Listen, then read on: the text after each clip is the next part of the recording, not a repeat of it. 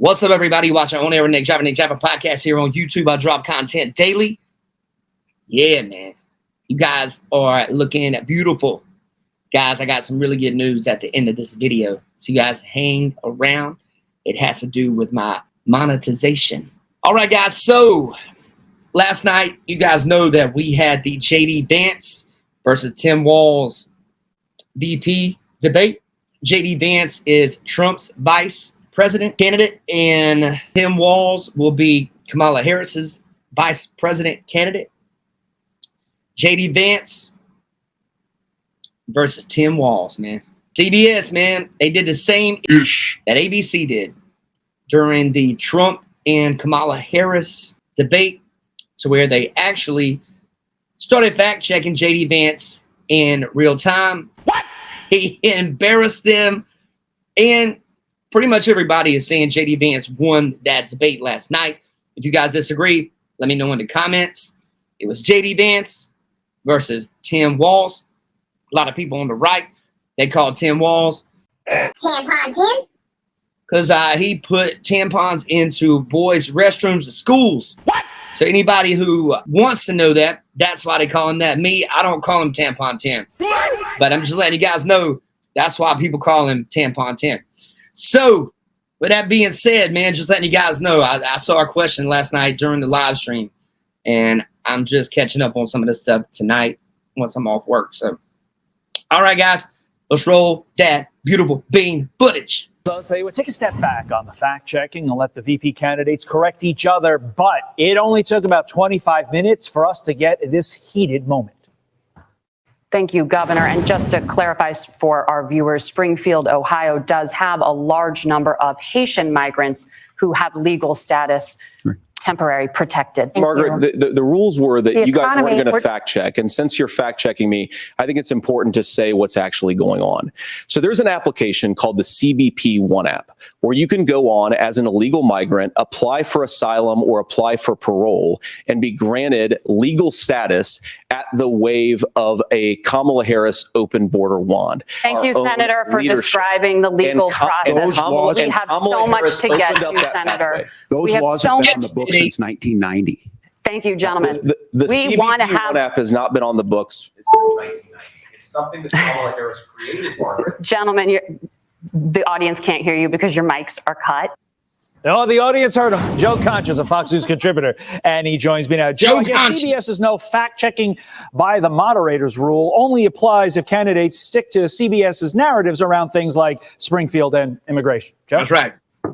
Well, butter my butt and call me a biscuit. I can't believe we saw bias from the CBS moderators last night. What a shock. I mean, Arbor Hume, during the post-debate coverage, called the moderators, quote, obnoxious, unquote, and that was the perfect word to apply here. Laura Ingraham called the fact checks smug and arrogant bias, and they're both right. This was journalistic malfeasance.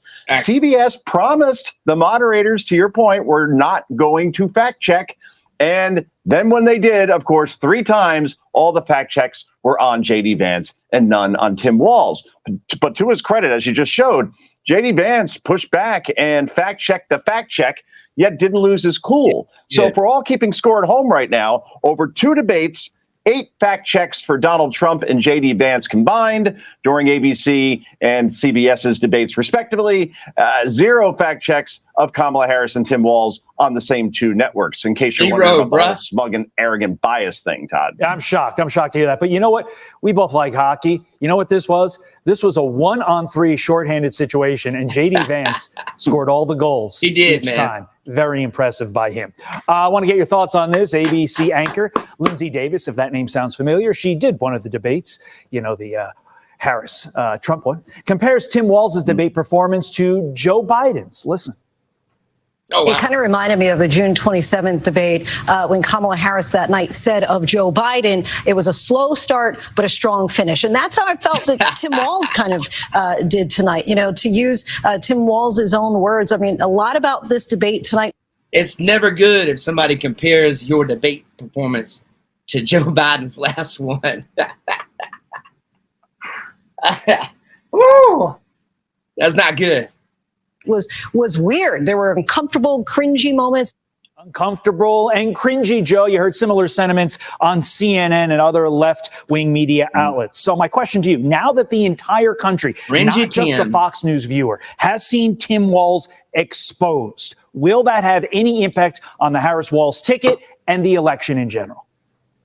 Well, the ticket will stay intact, certainly. But in the end, I think what we're probably finding is many who are supporting the Harris-Walz ticket have buyer's remorse this morning, because they had that 1-inch putt, or at least Kamala Harris did, when she could choose any running mate, and she had Josh Shapiro out there, a Pennsylvania governor in a blue state, or purple state, I should say, that is at 65% approval. You win Pennsylvania, you probably win this election. She had Shapiro right there, and she went for Tim Walz instead, which brings nothing to the ticket. And then, as we saw from that debate last night, obviously was outclassed by J.D. Vance, where this was a masterclass, by the way. The senator came across as likable, empathetic. He was knowledgeable. He was confident. While Tim Walz, who often, especially during the first half of that debate, appeared nervous, overwhelmed, not confident, and rehearsed. So that's where we're at this point.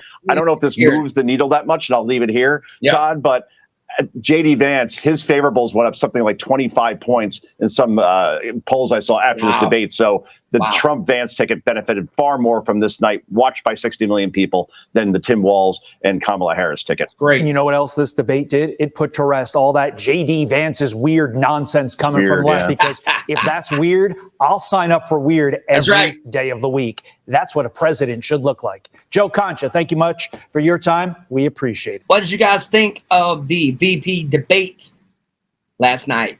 You know, my big takeaway from it was, considering the Democrat Party always talks about biases and all these things, they're always biased towards anybody that's on the conservative ticket.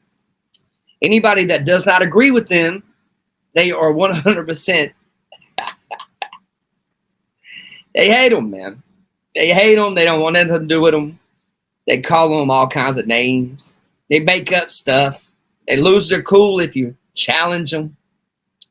The best thing to do, guys, is when you see people that are unstable like that, it's best just to be nice to them. Say a prayer for them. And they say, hey, I'm real sorry that you're upset.